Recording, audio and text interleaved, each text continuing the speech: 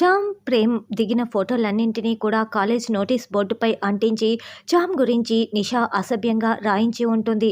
అది చూసిన ప్రేమ్, చామంతి ఇలా చీప్ ట్రిక్స్ అస్సలు ప్లే చేయదు. మీరే ఏదో చేశారు నిషా, నువ్వే ఇదంతా చేశావు అని గుణ నిషాపై ప్రేమ్ మండిపడుతూ ఉంటాడు.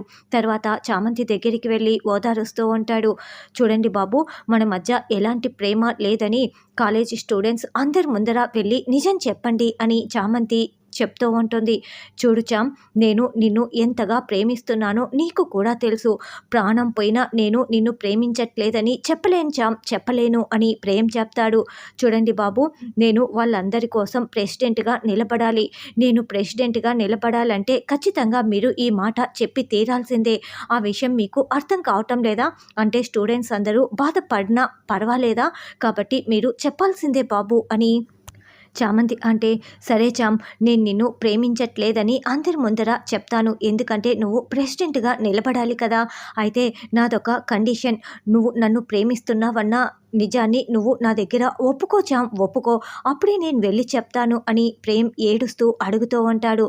దాంతో చామంతి చాలా షాకింగ్గా వింటూ ఉంటుంది. ఇక ఎపిసోడ్లో అయితే హర్షతో కలిసి ఫోటోలు దిగిన చంద్రికని కోర్డా తీసుకొని రమాదేవి చావగొడుతుంది.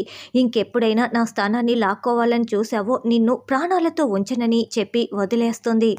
నిషా పెన్ డ్రైవ్ని చిట్టి చేతికి ఇచ్చి, ఇందులో ఆ చామంతి ఫోటోలన్నింటినీ డిలీట్ చేసేసేయ్ అని చెప్పడంతో చిట్టి ఏమో నిషా ప్రేమ్ కలిసి దిగిన ఫోటోలన్నింటినీ డిలీట్ చేసేస్తాడు.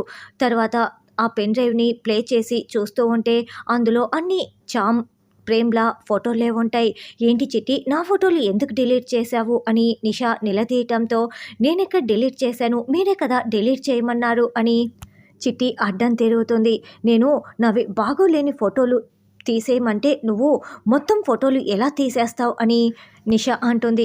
చూడు నిషా, ఇక్కడ నీదే తప్పు. చిట్టికి ఏం చెప్పినా చాలా జాగ్రత్తగా అర్థమయ్యే విధంగా చెప్పాలి. ఇలా చెప్తే ఇలాగే జరుగుతుంది. ఏదైతేనే నీ ఫోటోలు అయితే డిలీట్ అయిపోయాయి అని ప్రేమ్ చాలా సంతోషపడుతూ బయటికి వెళ్ళిపోతాడు.